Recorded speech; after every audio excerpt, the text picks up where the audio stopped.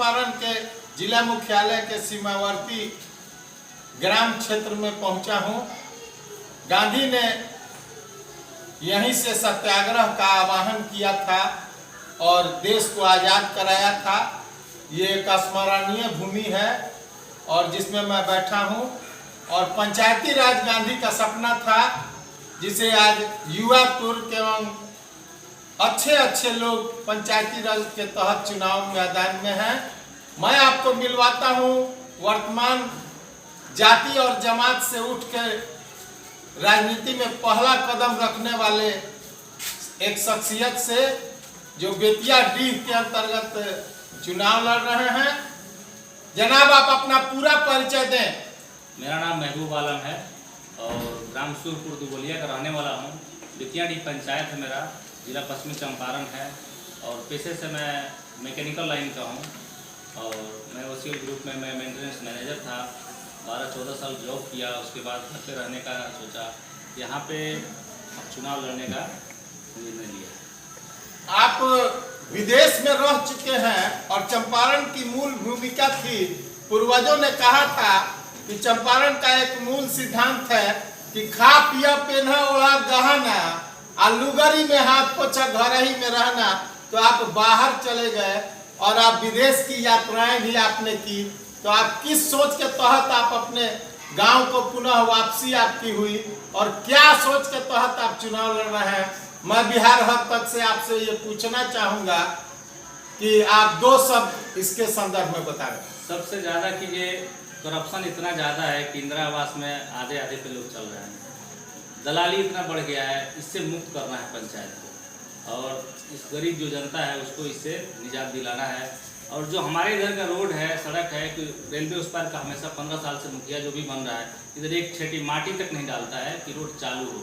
यहाँ की जनता बस पानी बरसात हो जाए तो उसी में घुटने लगता है। इस क्षेत्र की जनता के बीच आप कितने दिनों से बने हुए हैं? इस पंचायत में कितने ग्राम आते हैं, कितने वार्ड हैं और कितनी समितियां हैं? इसके संदर्भ में दो शब्द। इस गांव के मैं 4 साल से जुड़ा हुआ हूँ पंचायत से। 4 साल हो गया मैं जॉब छोड़ के मैं घर पे ही रह रहा हूँ और आम जनता के बीच में हूँ। और यहाँ पे इसमें जो कहाँ आता है, राजदुर्वा, बेतवनिया, मेहदियाबारी और खैरटिया, दुसैया और नौका टोला इसमें आता है। मैं 4 साल से इन्हीं गांव वासियों के बीच में रह रहा हूं, उनके दुख सुख में काम आ रहा है। दुख दर्द की व्यथा जो आपने सुनी और जनता ने आपको क्या परामर्श दिया कि आप जनप्रतिनिधि लायक हैं, इस कारण से लड़ रहे हैं या जनता से उम्मीद है इस पर लड़ रहे हैं कि जनता की हरी झंडी आपको प्राप्त है? मैं इसके संदर्भ में दो शब्द पूछूंगा। कई गांवों के लोग बड़े बड़े हस्ती हैं, जो बड़े बड़े लोग हैं, एक तो आरक्षण सीट है वो लोग लड़ नहीं सकते, तो सोचते हैं कि हमारा उम्मीदवार एक होना चाहिए जो ये लड़का में दिखता है कि अच्छा कुछ करेगा। जो कहाँ हो गया, राजदुर्वा हो गया और बहुत सारे लोग हैं जो समर्थन दिए कि नहीं आप लड़ो इलेक्शन, हम तुम्हारे साथ हैं। हमारे साथ घूम के लोगों से वोट भी मांग रहे हैं। संजय राय है, जो कहाँ के बहुत सारे लोग हैं, राजदुर्वा के हैं, शेख दुर्वा के हैं, दुनिया के सब लोग मेरे साथ लोगों से वोट मांग रहे हैं और निवेदन कर रहे हैं। जो नहीं जानते हैं उनको भी आकर्षित कर रहे हैं कि ये लड़का को वोट दो और जिताओ। बिहार जाति और धर्म संप्रदाय पर ज्यादा निर्भर रहने वाला है। इसके संदर्भ में आप इससे किस तरह चुनाव को आप अपना सफलीकृत करेंगे, इस संदर्भ में दो शब्द। और मिल रहे हैं तो कैसा आपको एहसास हो रहा है? मैं इस चीज़ को नहीं मानता हूँ कि ये ऐसा इस चुनाव में जाति और ये सब चीज़ का कुछ होता है, क्योंकि मेरे जितने दोस्त हैं, मेरे चाहने वाले, मेरे जानने वाले हैं, वो मेरे से दूसरे ही समुदाय के हैं और मुझे फुल सपोर्ट हर तरह से कर रहे हैं। तो इस चीज़ को मैं नहीं मानता हूँ कि ये जाति धर्म पे ये वोट होगा। जात जमात से ऊपर उठ के आप चुनाव मैदान में हैं और आपको हरी झंडी जनता की मिल रही है। जी बिल्कुल मिल रही है और सारे धर्मों का मिल रहा है। ये नहीं कि मैं मुस्लिमों को मुस्लिम का, मेरे ज़्यादा तो मेरे जो दोस्त है वो सारे मुझे। आप अपने क्षेत्र का कितने बार भ्रमण कर चुके हैं? मैं अभी तक तो हर घर पहुंच चुका हूं, हर घर पे दरवाजे पे पहुंच चुका हूं। अभी नॉमिनेशन नहीं हुआ तब तक हर दरवाजे तक पहुंच चुका हूं। चुनाव में आपका क्या वादा है? वादा है जो भ्रष्टाचार मुक्त करना है और अपने यहाँ का विकास करना है। रोड का, सड़क और तमाम चीजों को आप किस तरह से अपने इलाके को सजाना चाहते हैं, शहर की तरह आप सारी सुविधा बहाल कराना चाहते हैं, या पंचायत तो आपका अव्वल हो ये कामना है, या डिजिटल की तरह सजाना चाहते हैं, और कोई का मानसा है आपकी? नहीं, प्रखंड में सबसे नंबर 1 पर है पंचायत। कहीं पे भी जाने के लिए ये नहीं कि इस रास्ते से नहीं जा सकते। जो भी रोड पहले से है वो इतनी बेहतर हो कि उस पर आधी रात को भी चल जाए, बरसात हो या चाहे धूप हो, उसमें आदमी निकलने कोई दिक्कत नहीं है किसी को। महिलाओं, युवाओं एवं माता बहनों से आपका क्या अनुरोध है? क्या कह के आप वोट मांग रहे हैं? बस यही कि मुखिया आपके द्वार, अगर किसी भी बूढ़ी महिला को या किसी को भी कोई जरूरत पड़ता है तो मुखिया के दरवाजे पे जाने की जरूरत नहीं है। वो एक फ़ोन करे, वो फ़ोन जारी, जितने ही मैं फ़ोन नंबर जारी करूँगा सबके घर पे पहुँचेगा, और वो मुखिया उसके द्वार, मुखिया आपके द्वार। आप फ़ोन कीजिए, जो कोई भी जनता मुखिया के द्वार नहीं, आप मुखिया जब बनेंगे तो आप जनता के द्वार होंगे। मैं जनता के द्वार, मुखिया जनता के द्वार। वो फ़ोन करे, उसकी जो भी समस्या उसके घर पे उसको सुलझाया जाएगा, जो भी काम होगा वहीं पे होगा। त्वरित न्याय आप देंगे घर पहुंच के, और उसके समस्याओं का समाधान करेंगे। जी बिल्कुल, यही लक्ष्य। कौन कौन सा काम आप कर रहे हैं आम जनमानस में? किस किस तरह का आप सेवा दे रहे हैं जनता को? कौन कौन सा अच्छा काम आप करते हैं? पहले इस पंचायत में बहुत गरीब लोग हैं जो शौचालय नहीं बनवा सकते थे अपने पैसों से। हमारे मुखिया जी थे जो वर्तमान मुखिया, एक भी शौचालय किसी को बनवा के नहीं दिए कि जो पैसा नहीं मिलेगा ये नहीं मिलेगा। मैंने सबको बनवाया, पैसा तो सरकार ने दिया हमको, उनको दिया, वो निकाल कर हमको दिए। मैंने जितने भी गरीब थे सबको मैंने शौचालय बनवा दिया, जो आज उसकी लाभ ले रहे हैं। पेमेंट उनका बाद में हुआ, आपने अपने स्तर से धन का इंतजाम करके और उनके शौचालय को बना के, और इस पंचायत को स्वच्छता अभियान के तहत आप? जी बिल्कुल ऐसा ही किया। उसके बाद जो कोरोना का पहला जो फर्स्ट वेव था उसमें कोई मुखिया कोई भी बढ़ करके नहीं है, गरीब तो हम भी है, गरीब जनता भी है। उसमें जो ज़्यादा गरीब था उसको चिन्हित करके ढूंढ के उनको राशन हर चीज़ उनको घर भिजवाया गया। जरूरतमंदों को राशन भी आपने देने का काम किया, मास्क भी बांटे?